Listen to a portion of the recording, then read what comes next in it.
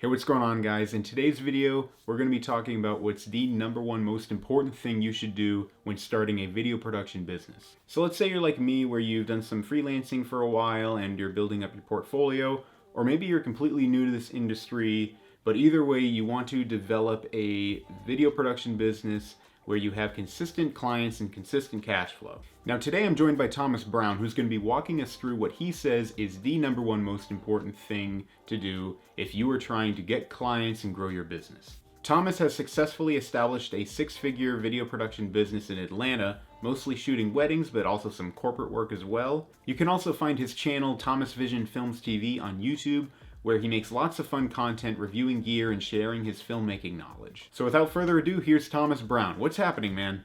Hey, what's going on, Mark? How are you? I'm great, man. Now we'll go a little more in depth on this topic later, but first just briefly tell us what you believe is the most important thing one can do for growing a video production business and what skills are needed for that.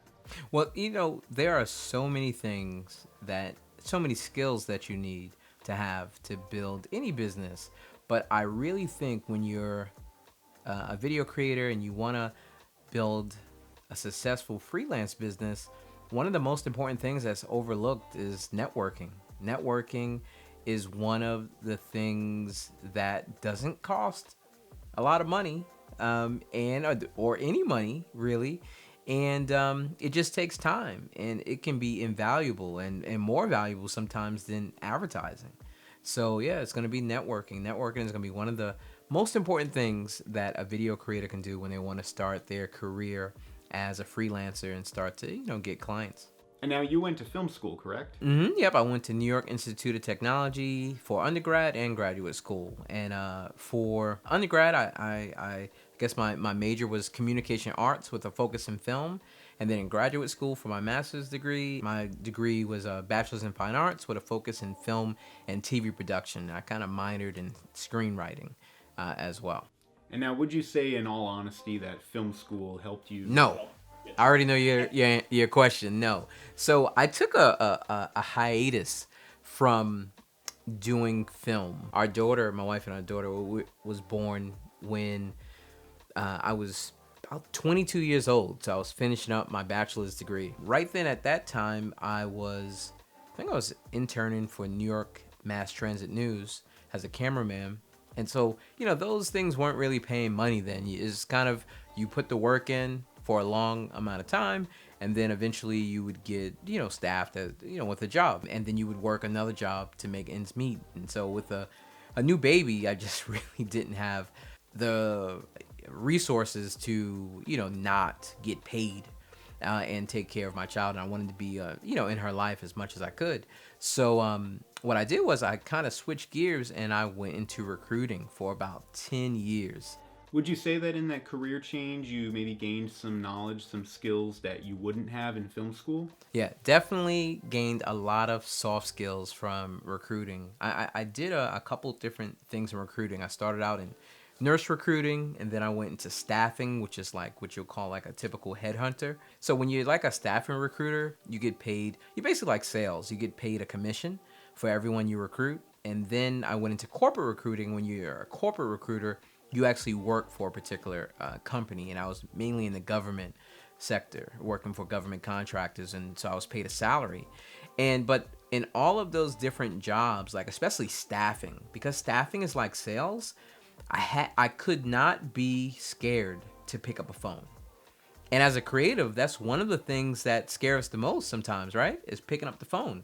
So I learned to get over my fear, because I would have to make about 100 calls a day sometimes for my earlier jobs.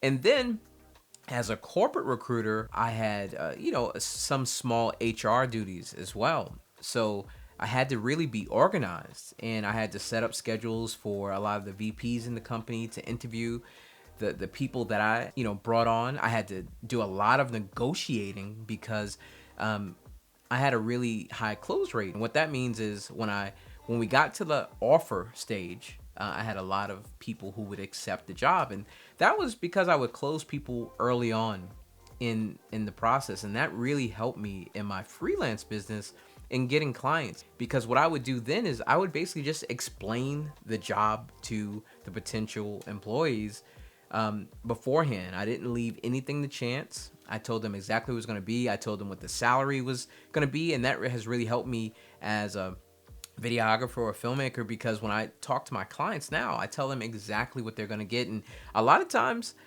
as filmmakers, especially like the biggest part of my business is filming weddings, I see a lot of wedding videographers get in trouble with their clients because there's a lack of communication on what the end product is going to be. So communication skills, negotiation skills, or all things, and like I said, being able to, those sales skills, being able to pick up that phone, were all things that I learned in my 10 years of recruiting. And while I did not love recruiting at all, I'm so thankful for it because it really did help me build my business.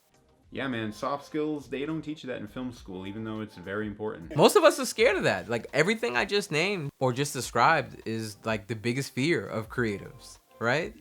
Having to call people. A lot of creatives are not comfortable with that. Speaking to people in person, negotiating. Those are not things that creatives love, but the great thing about YouTube now is that you can learn how to do all these things by watching those videos, but those aren't typically the videos we go after. We'll look at what LUTs and how to color grade, and those are things that we should look at as well, but we shouldn't neglect business skills because that is what's going to help you really make money and keep your money as well. So as far as taking action to gain business skills, what exactly does this entail? Does this mean email marketing? Does this mean meetups? Like, what? Walk us through what that means.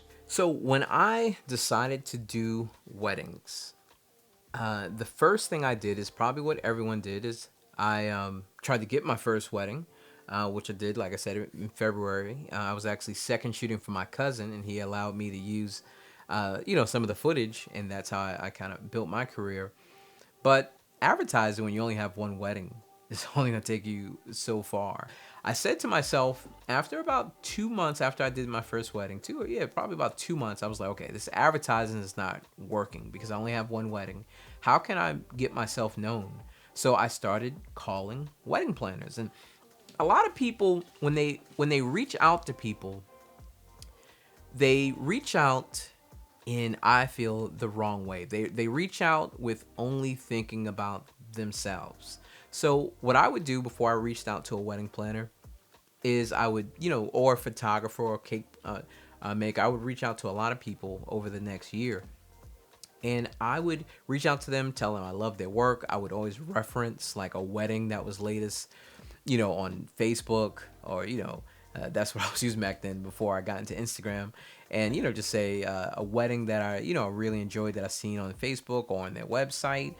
And say, hey, I'm a new wedding videographer. So, if you need a promo video or anything, I'm really just trying to learn the industry. And so if you see what I did there, I offered something. I didn't say, hey, I'm a new wedding videographer, give me work. Because that's what everyone does. And I think that's a mistake because everyone is probably asking that wedding planner for something. But how many people are going to her or him and offering something? So my first year, I definitely made over like 15 promo videos for people, free promo videos for people in the wedding industry. And that's what helped me take off. It was a lot of work, a lot of free work, especially when I wasn't bringing a lot of work in. But who do you think that planner or that photographer is going to go to when they get called for a wedding? They're going to go to and recommend another videographer or photographer? Maybe some will, but 9 times out of 10, they're going to recommend the person who just came to them, made them something, of quality for free, and, didn't ask for anything in return. So that was the first thing I did to really build myself. I think reaching out the right way is something that video creators should do when they want to build a business. And like I said, don't focus on yourself. When you reach out to someone, try to focus on what you can do for them. I think that's very important to hear. It's all about adding value. It's all about less talking and more listening, right? Yeah, and ask a lot of questions too. I'm glad you said that. And when you said listening, when I would go and meet up with like a wedding planner, or photographer, or cake maker, I would ask them questions about, hey, like, what is it that you love about weddings? Like, I'm new. Why don't you tell me? And let me tell you what's so funny. It's not a trick, but it seems like a really cool trick. Is when you make a meeting, I would, just invite them to coffee. A lot of times, sometimes I wouldn't even, drink coffee. I would ask them, if they wanted me to buy them a coffee. And sometimes they would say yes, sometimes they would say no. And then we would just sit there and talk. So we would mainly meet at Starbucks or Panera or somewhere. And and that's how I would start things off. Of course, I would start with a call, and an email. Sometimes I would send them an email first, and then I would call, and that because that's the recruiter thing. In recruiting, we would always had a saying: the person who only sends an email, loses that candidate, because you send an email and then you call. And so anyway, that's what I would do in the wedding industry. But my point was is when you have a conversation with someone and you're just asking them questions and having them talk about themselves, they leave that conversation really feeling good about themselves. Because they're like, man, that Thomas is such a good guy, but really, we didn't talk about Thomas much at all. People just like talking about themselves. And so that is a really specialty that a lot of people don't do. A lot of people, when they go to a meeting, they want to talk about themselves so this person can, send work to them. And they want to say, I did this, I did that. But no, ask the person about them, because people love to see other people that are interested in what they're doing. And that's what's going to separate you from, the next person. And now here we are in the middle of a pandemic, a lot of restrictions on business and not much in-person social interaction happening. How can one go about networking in such a weird time that we're in right now? It's going to be the same thing that I was doing before, because I've actually been doing it now because I'm moving into YouTube. Because I know for the past 7 years, wedding planners the most, to get a lot of content for my channel, I've been reaching out to new wedding planners to work with them. And I've just been sending them an email, right? Just introduce myself, putting, like if I'm reaching out for, like I've done a few style shoots over the past couple of weeks, and how those emails went is I would just say, hey, I'm Thomas Brown. I'm a wedding filmmaker here in Atlanta. Here's my website. Here's my Instagram. I'm looking to collaborate with people in Atlanta on a few projects. Here's my phone number. Please give me a call. Send that email. As soon as I send that email, if they have a number listed on their website, I follow up with a call. If they're a wedding planner, they're probably 9 times out of 10, even in a pandemic, they're probably even more busy. But I just leave a voicemail saying the same thing I said in the email. And if they do pick up the phone, it's going to be the same thing from that in-person conversation. You just want to have done a little bit of research on them. And when I say research, not creepy research, but, just look at their Instagram, look at their website, find a certain maybe shoot or wedding, like in my case for weddings, a certain wedding that really stuck out to you. They probably wrote a blog about it, and they'll be shocked that you went to their website and you like have looked at some of their work. Like some people, like they don't do that. They'll just look at someone's Instagram, but they really don't pay attention. People scroll through, but they really don't read the content.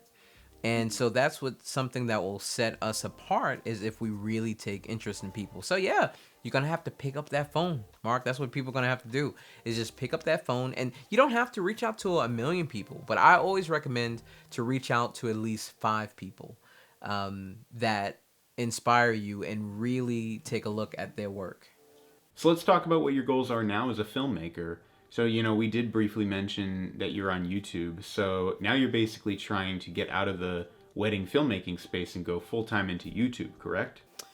Yeah, so it's funny because I've started a new channel last year that is kind of a brand new frontier for me. So right now, I'm still filming weddings for the upcoming 2021 wedding season, but my whole goal is to now share a lot of the experiences I have in weddings through courses, and then share a lot of experience that I have with gear and equipment and client experiences through my YouTube channel. And really, I really like telling stories. That's one thing I'm really good at with my wedding films, and so that's kind of how my videos are a little bit different on my channel, is that each one is its own individual story. While it may be about a camera, it's going to be an adventure that I'm having with that camera. And when I say adventure, yeah, I don't have to be out in the mountains or somewhere. I could just be at my house, but we're gonna take an adventure through my experience, with that camera, in my house, or going down the block. But every video I want to have an adventure. So I'm not really sure how that, like a 5-year plan, like for my YouTube channel, but my goal is just to be consistent and just try to make content that people really enjoy and that is different than they see on other channels. Well, Thomas, thank you so much for coming on and sharing your knowledge with us here. I think this is very important for young creators to hear. The power of networking and soft skills is what you need in order to successfully grow a video production business. So thank you for sharing that with us. Thank you for having me on your channel, and good luck in your journey. I really appreciate you having me on. So that's going to do it for today's video, guys. Thank you so much for watching. I hope it was helpful. Please subscribe to the channel if you're new here. Please hit that like button. I will see you all in the next video. Take it easy.